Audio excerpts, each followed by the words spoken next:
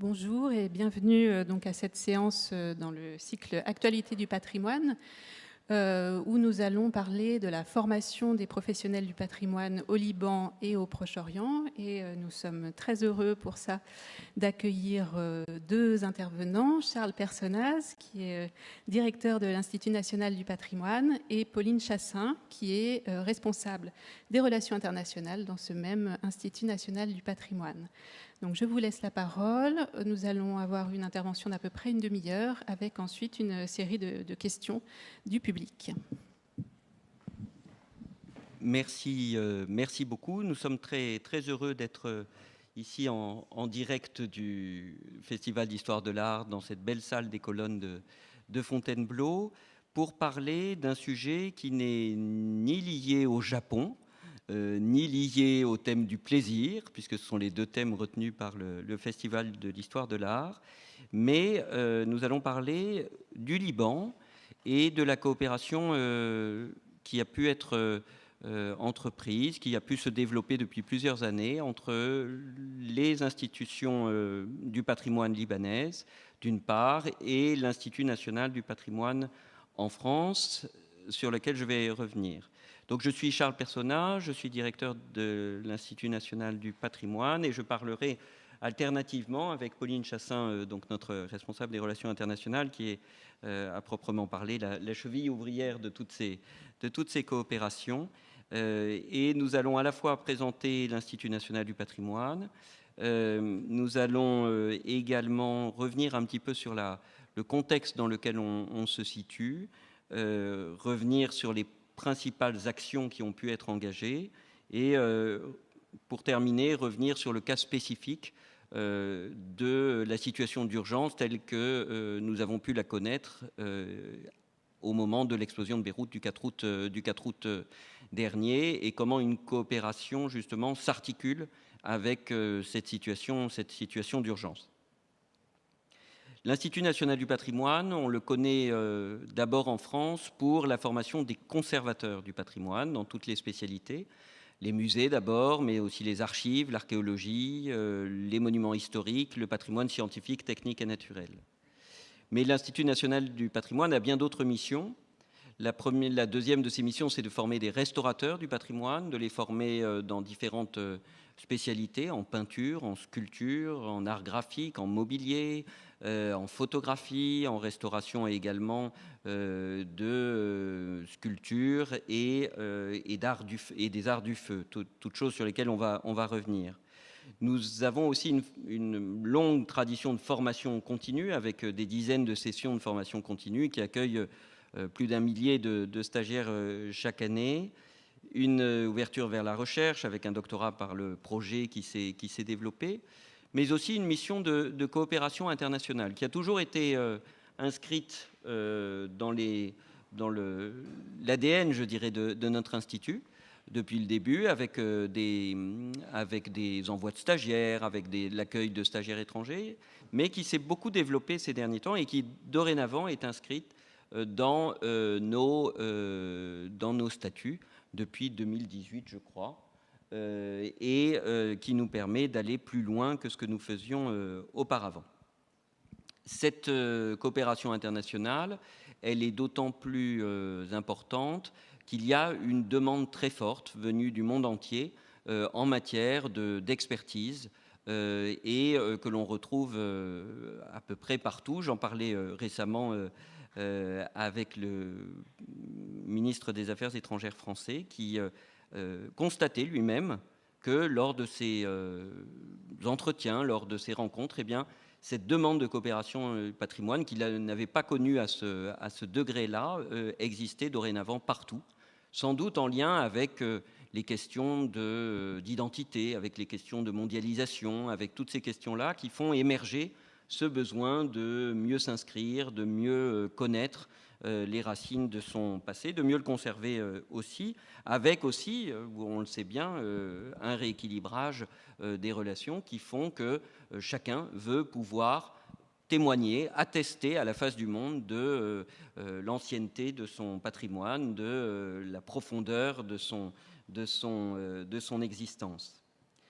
Nous inscrivons dans ce contexte, avec une stratégie internationale qui s'est fixé des objectifs géographiques, parce que nous sommes un petit établissement de 60-70 personnes et nous ne pouvions pas répondre tout simplement à tout. Nous avons beaucoup travaillé avec la Chine et nous continuons de le faire avec la province du Shanxi, dont la capitale est Xi'an, la grande ville impériale chinoise, et le fait d'avoir une sinisante parmi nous nous a permis de développer ces coopérations pendant de nombreuses années. Nous travaillons beaucoup aussi avec l'Afrique de l'Ouest pour mettre en place et pour renouveler la politique patrimoniale entre la France et l'Afrique. Et puis, troisième grand axe géographique, le Proche et le Moyen-Orient, qui, pour des raisons sur lesquelles je vais revenir, a un besoin particulier en la matière. J'y reviens tout de suite. Le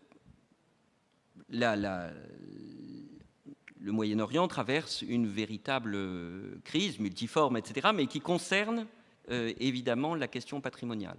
Et nous l'avons connu, vu d'Europe, principalement à travers les grandes destructions opérées lors des deux guerres du Golfe et de leur suite, et puis de façon symboliquement très exacerbée avec les destructions opérées par Daesh dans le nord de l'Irak, en Irak d'ailleurs, et en Syrie.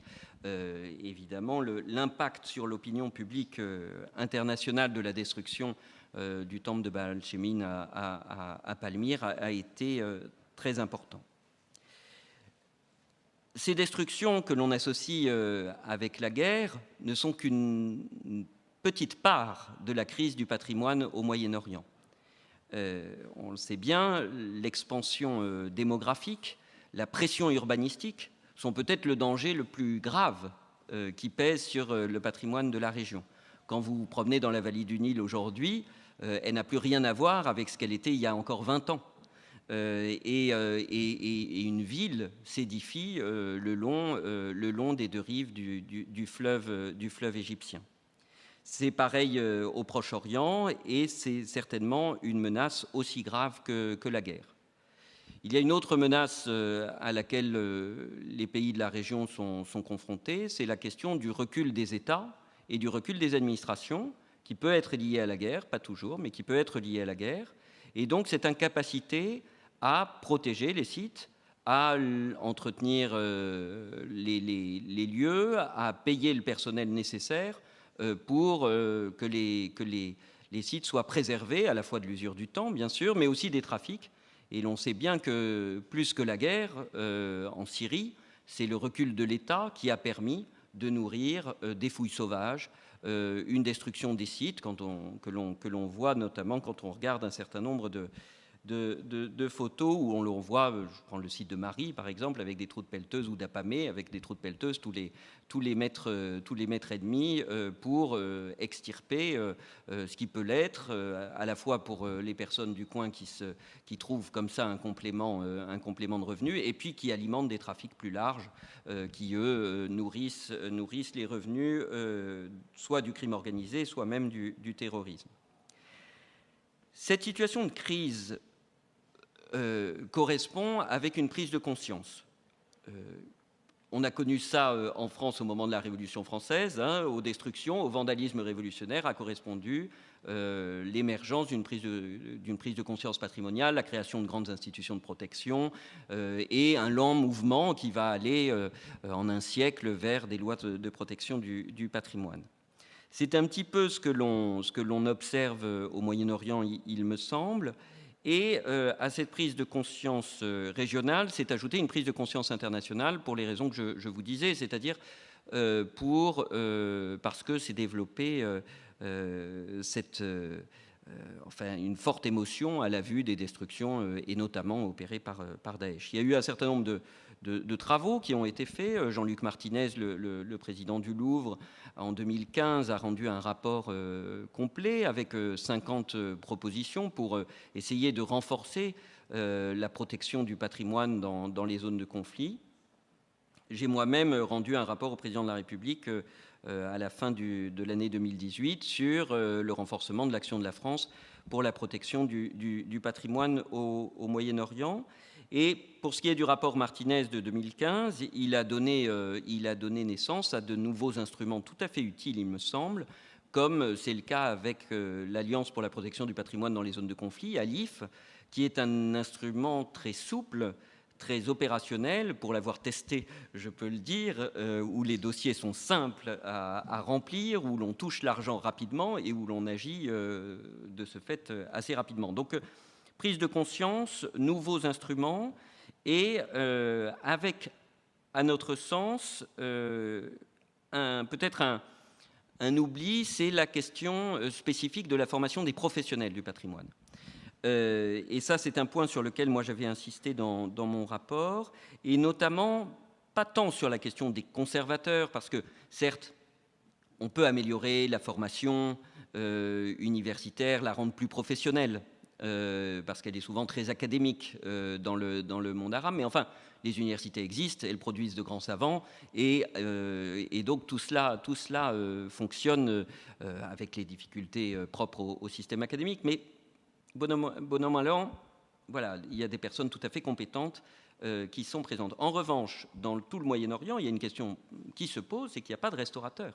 Il n'y a pas de restaurateurs du patrimoine, et les seuls, il y en a quelques-uns, et notamment au Liban, mais ils se comptent, vous le savez bien, pour ceux qui sont libanais ici, ils se comptent sur les doigts d'une main, ou de deux mains peut-être.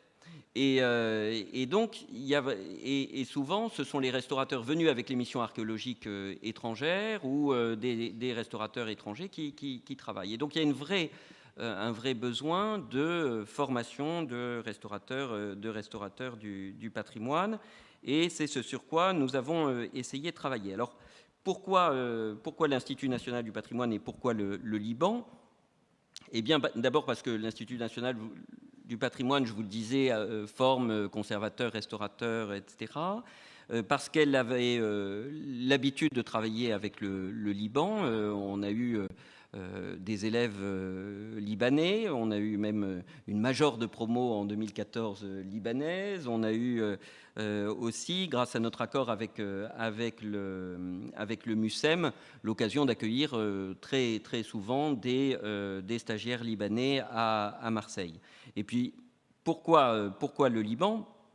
Ça, c'est assez simple. D'abord parce qu'il y a une tradition d'échange facile avec la France, ne serait-ce que par l'usage commun de la même langue, en partie du moins. Parce qu'il y avait aussi une coopération en matière d'architecture du patrimoine qui s'est développée avec des liens très intéressants entre l'école de Chaillot d'une part et l'université libanaise, son antenne de Tripoli d'autre part, qui a permis de former de nombreux architectes du patrimoine libanais qui ont été tout à fait présents après l'explosion du 4 août. Évidemment parce que le patrimoine, la richesse du patrimoine libanais n'est pas, enfin voilà, elle n'est pas à détailler, hein, on la connaît, il y a quelques images très succinctes là qui défilent, mais qui donnent quelques images iconiques, je dirais, du patrimoine libanais, mais il est partout présent. Et puis parce que le Liban possède, on le sait, un réseau universitaire tout à fait développé, sur lequel on peut s'appuyer pour créer des formations qui s'inscrivent dans le temps. Parce que c'est vraiment une des questions, je crois, lorsque l'on mène des coopérations, c'est vraiment de s'inscrire dans la durée et dans le temps. J'ajoute à ça des individualités très engagées, des personnalités très fortes dans les musées, dans le domaine du patrimoine, très militantes, je dirais aussi, dans un contexte qui n'est pas toujours simple. En novembre 2018, à la suite des échanges que j'avais eus avec mon prédécesseur à l'Institut national du patrimoine, il y a eu une première mission au Liban. Vous y étiez, Pauline, avec Philippe Barba, qui était mon prédécesseur, qui a permis de faire un premier tour de piste. En juin 2019, nous y sommes retournés au moment où nous développions un premier chantier école de nos élèves restaurateurs de papier au centre de restauration de Charfait, au-dessus de Jounier, qui avait été créé quelques années auparavant par l'Œuvre d'Orient et par le Sénat français, avec le soutien du patriarcat syriaque catholique. Et donc là, on a essayé d'identifier et de faire une sorte d'état des lieux de ce qui nous semblait être les besoins qui apparaissaient au dire même des acteurs libanais, essayer de préciser un petit peu voilà, à la fois les besoins et ce que nous pouvions mettre en place, faire un premier plan de financement également, puisque l'argent dans cette affaire comme dans d'autres est crucial. Et en octobre 2019, je suis revenu à Beyrouth, cette fois-ci avec l'Institut de France, qui était très engagé dans cette question, et avec le soutien de l'Institut de France, petit à petit, et sur le fondement de ce rapport, eh bien, le soutien du ministère des Affaires étrangères est venu, ce qui nous permet aujourd'hui d'envisager une action que Pauline Chassin va maintenant vous décrire en vous racontant un peu comment tout cela a pu se développer.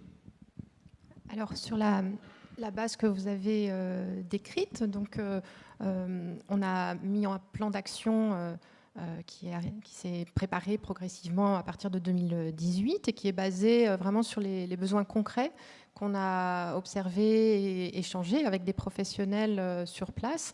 Donc c'est vraiment né du dialogue avec les interlocuteurs qu'on a pu rencontrer, qu'ils soient professionnels eux-mêmes du patrimoine ou administrateurs aussi.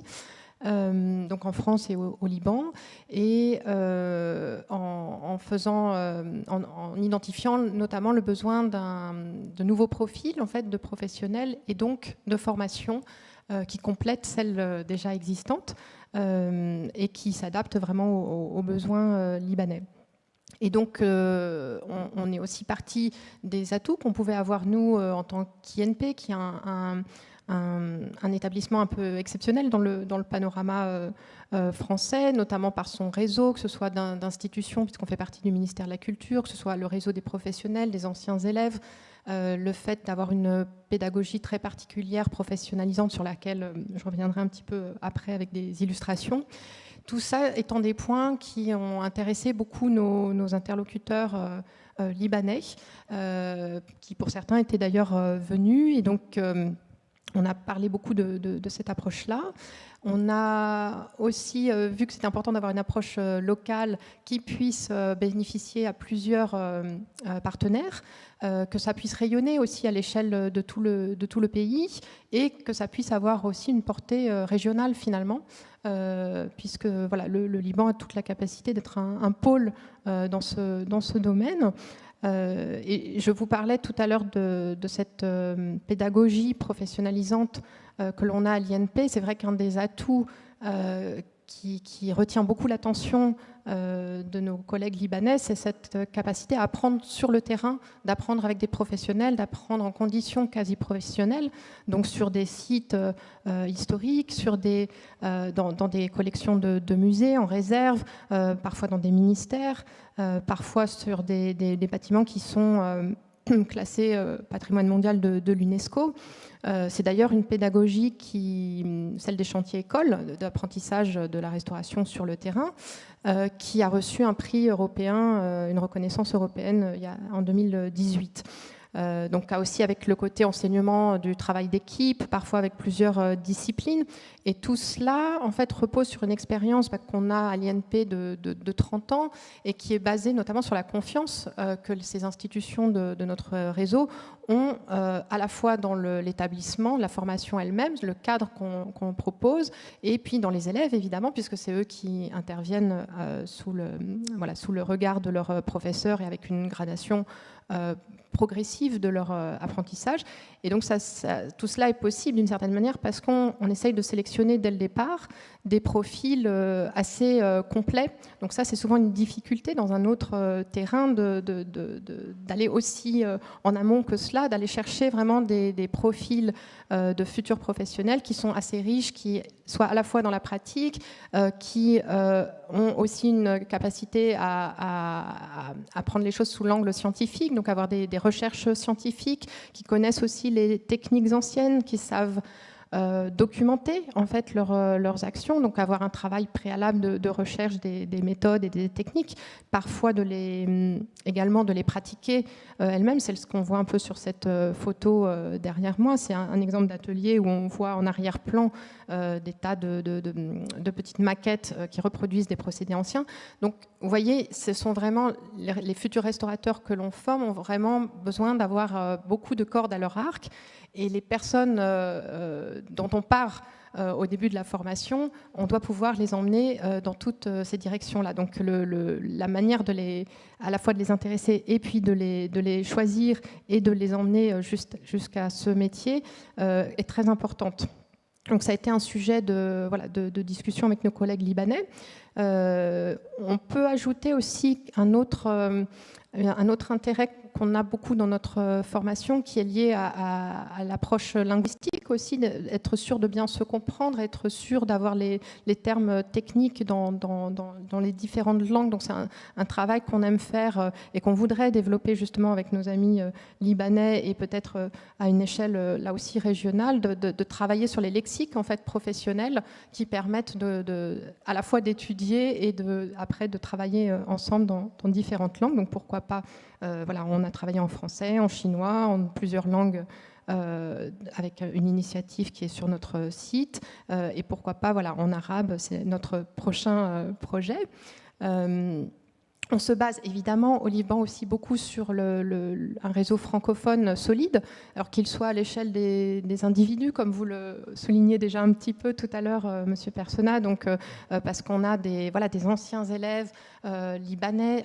On a en particulier une ancienne élève donc, que vous citiez tout à l'heure, Joyce Nassar, qui a un rôle pour nous dans toutes les collaborations de relais entre les professionnels français et les professionnels libanais. Elle nous fait aussi le lien avec la Direction générale des antiquités. Elle connaît bien du coup les deux contextes et sur ce genre de personnes tout à fait précieuses pour nous qu'on se base pour essayer d'avoir une qualité de collaboration et de construction en fait, des projets en fonction des besoins qui sont vraiment connus.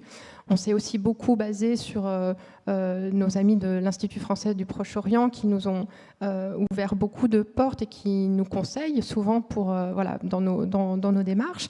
Également, on a la chance d'avoir donc Joyce Nassar était diplômée du côté du département des conservateurs. On a également une ancienne élève restauratrice qui est maintenant professionnelle, qui est installée au Liban, donc à l'atelier de Charfet qu'on vous montrait tout à l'heure, où il y a déjà eu un chantier école. Donc ce sont des gens qui sont très précieux pour nous parce qu'ils sont entre les deux pays et qui permettent d'avoir une connaissance fine du contexte. Et ça nous a permis de réfléchir pendant 2 ans à plusieurs projets qu'on a regroupés en il y a 3 grands axes en fait dans nos projets au Liban. Le premier, donc, qui est la création d'un cursus initial de restauration avec l'Académie libanaise des beaux-arts, sur lequel je reviendrai après, mais qui aboutit à un projet de master en 5 ans, ce qui est un grand défi. C'est-à-dire de se lancer dans ce cursus qui est long, mais qui est du coup exigeant et ambitieux pour vraiment se donner les moyens de former des gens très compétents et qui aussi auront la possibilité d'échanger avec d'autres collègues internationaux de même niveau en fait. Donc, deuxième point, c'est le renforcement des compétences des professionnels qui sont déjà en poste à la Direction générale des antiquités libanaises. Et donc, pour ce volet-là, on a tout un programme de plusieurs formations courtes qui sont sur des thèmes définis avec la DGA et qui sont faites sur mesure. Donc, des petites sessions de 4-5 jours. On vous montrera tout à l'heure des illustrations. Et troisième point, le renforcement du cursus initial en muséologie de l'université libanaise. Donc, comme je vous le disais tout à l'heure, on essaye vraiment d'avoir plusieurs partenaires et de cibler un peu là où on peut être complémentaire des uns et des autres.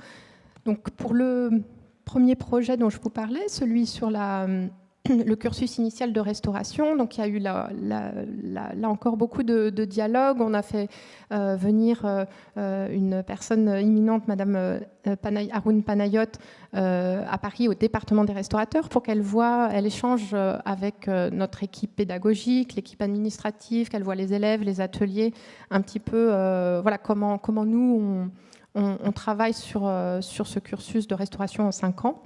On a aussi demandé à notre collègue restauratrice qui est sur place, Caroline Gelot, de nous faire un petit panorama de ce qu'elle observe, voilà, du métier de restaurateur et des formations existantes.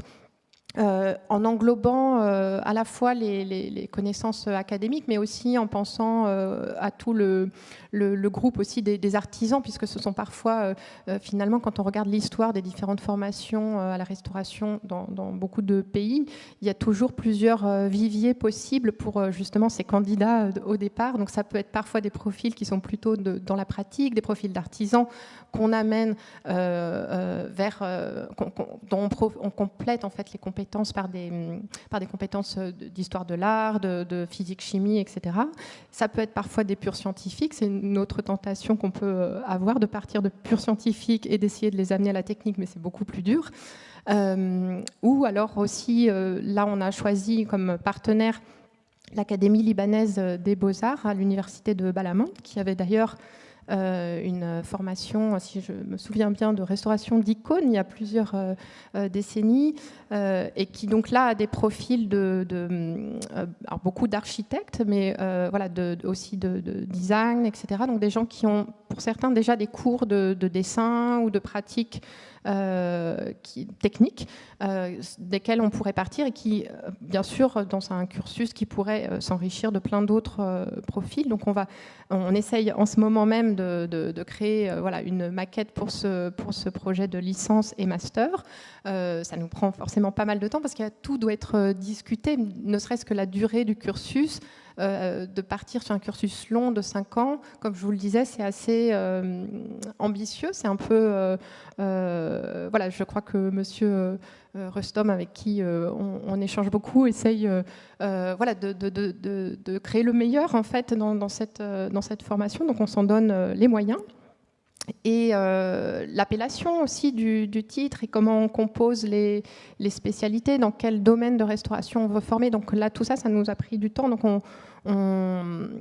actuellement, on est en capacité de voir qu'on va sans doute compléter les cursus existants en architecture dont vous parliez tout à l'heure, avec là des spécialités qui seront plus liées au décor architectural, et dans un deuxième temps, les objets, les contextes archéologiques.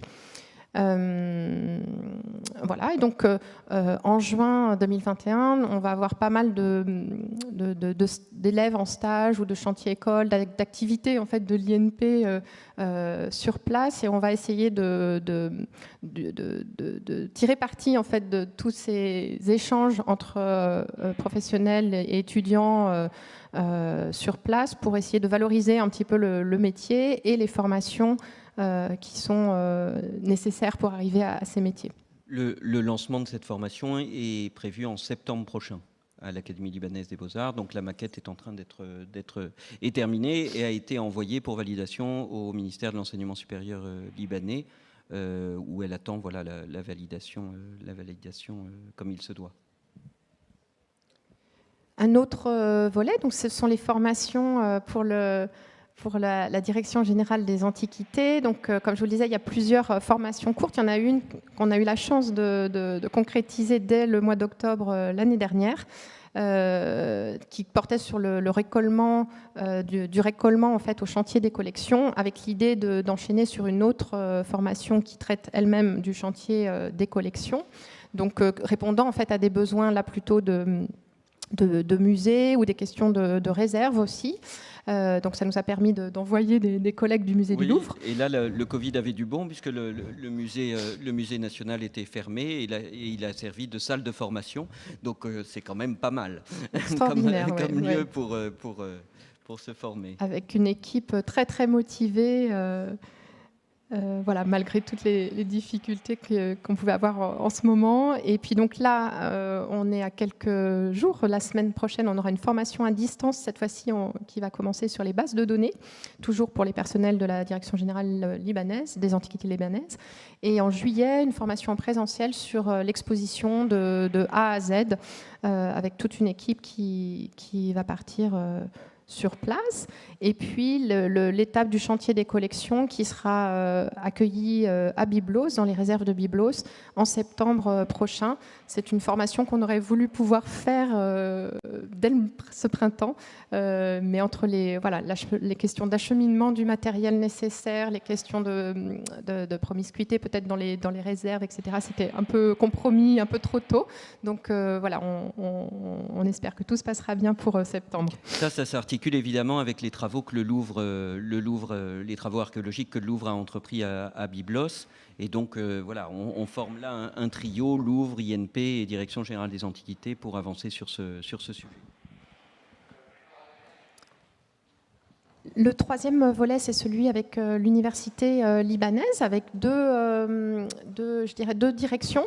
Une première qui consiste à travailler avec l'antenne de FANAR dans le département des sciences humaines sur l'aspect muséologie pour conforter en fait la maquette. Donc on va accueillir une délégation là en juillet à Paris pendant toute une semaine et on discutera un peu de comment nous on organise notre cursus dans cette direction-là et comment on a aussi quelle articulation on a de manière générale aussi entre les deux départements, la formation permanente, etc.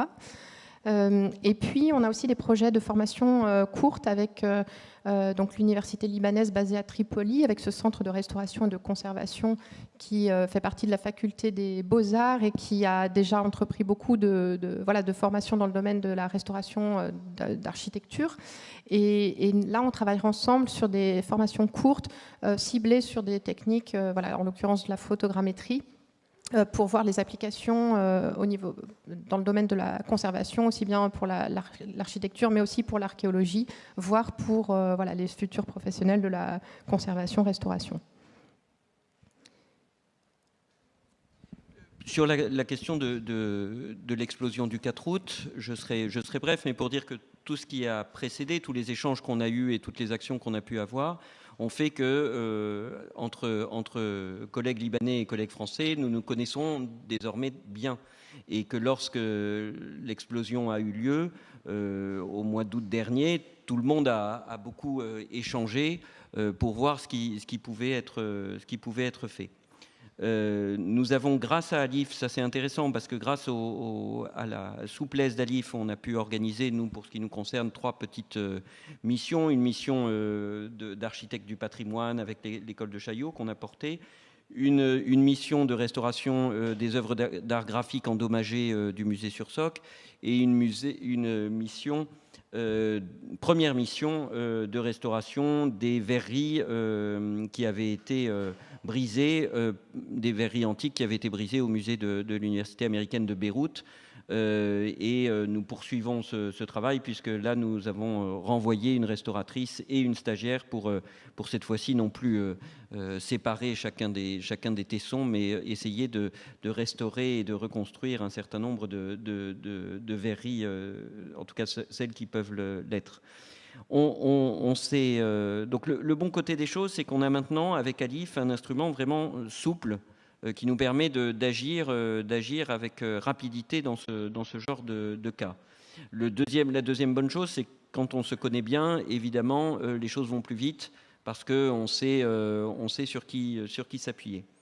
Troisième enseignement, moi, que j'ai tiré de tout cela, c'est que, certes, il faut travailler avec les acteurs de la société civile, mais il ne faut pas, dans ce genre de cas, affaiblir non plus les administrations qui sont encore en place et qui essayent de faire leur travail, en l'espèce la Direction générale des Antiquités. Et donc il faut travailler avec tout le monde. La leçon négative que je tire de mon côté, c'est le fait que nous, institutions publiques françaises, on a un peu de mal à se coordonner autant avec ceux qui justement ont l'habitude de travailler ensemble, là en l'occurrence Louvre, INP, les choses ont été assez simples, autant pour passer à une échelle supérieure, on a eu du mal, ce qui fait que sont arrivées vers nous des demandes que nous ne pouvions pas honorer. Notamment les demandes de restauration monumentale, de restauration architecturale. Ce n'est pas notre métier. Nous, on est spécialisé dans la restauration du décor. C'est pour ça qu'on a envoyé des gens de l'école de Chaillot. Mais même ça n'a pas suffi à ce que ces besoins soient bien pris en compte. Et puis là, on a manqué aussi, tout simplement, de fonds d'urgence au-delà d'ALIF d'État qui soient mobilisables rapidement. Aujourd'hui, la ville, enfin les trois quartiers principalement touchés ont connu des destructions massives. Et ce qui manque, ce n'est pas la compétence aujourd'hui pour restaurer. Ce qui manque, c'est tout bêtement l'argent. L'argent qui n'arrive pas pour cette reconstruction de Beyrouth, sauf cas particulier. Il y a quelques exemples, quelques contre-exemples à ce que je dis. Mais donc là, je crois qu'on a vraiment un besoin de réfléchir à, voilà, qu'est-ce que l'on fait, comment est-ce que l'on agit, comment on se coordonne mieux en cas d'urgence, au-delà des déclarations d'amitié et de sympathie qui ont certes leur importance, mais qui ne suffisent évidemment pas. Je conclurai peut-être en disant que ce travail de mise en place d'une coopération de long terme n'exclut pas notre travail habituel d'envoi de stagiaires. On a là un chantier école qui va débuter sur les restaurations de photographie du fonds de l'USJ, du fonds Poids-de-Bar. On a des stagiaires qui repartiront l'année prochaine. On a des opérations de coopération plus classiques comme la mission de Caroline Gelot pour le traitement du fonds d'archives Maurice Dunant. Donc ça, c'est toujours en lien avec les fouilles de Byblos, puisque c'est l'archéologue de Byblos. Et puis des formations plus classiques aussi que l'on va faire, par exemple sur la restauration des pierres en plein air exposées à la pollution, en l'espèce en prenant l'exemple des stèles du Nar El Kalb. Donc on a ce type de coopération habituelle. On a aussi voilà, la très belle icône maronite du patriarcat qui était à Kerké, qui a été présentée à l'exposition Chrétien d'Orient et resté à Paris pour restauration. Voilà, et le laboratoire de l'Institut national du patrimoine a pu faire les analyses de pigments, et ça en lien avec différents acteurs de cette restauration, dont le Petit Palais. Pour vous dire que voilà, ces coopérations de long terme s'inscrivent aussi dans le travail habituel de l'Institut national du patrimoine. Et puis d'autre part, et c'est notre vœu, c'est qu'on arrive à franchir la deuxième étape que l'on souhaite accomplir, c'est la régionalisation de ces actions et que nos formations puissent demain accueillir les professionnels syriens, les professionnels jordaniens, les professionnels palestiniens, enfin les professionnels de la région qui veulent aussi bénéficier de ces différentes formations. J'en ai fini pour ma part et nous pouvons, je pense, répondre à vos questions. Voilà.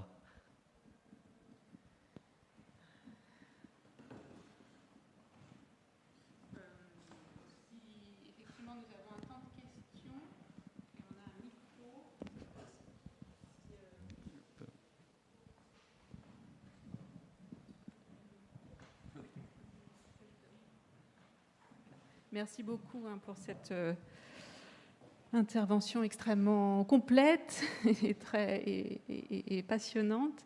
Est-ce qu'il y a des questions dans la salle? Oui. Merci Madame et Monsieur le Directeur pour votre action au Liban tout d'abord.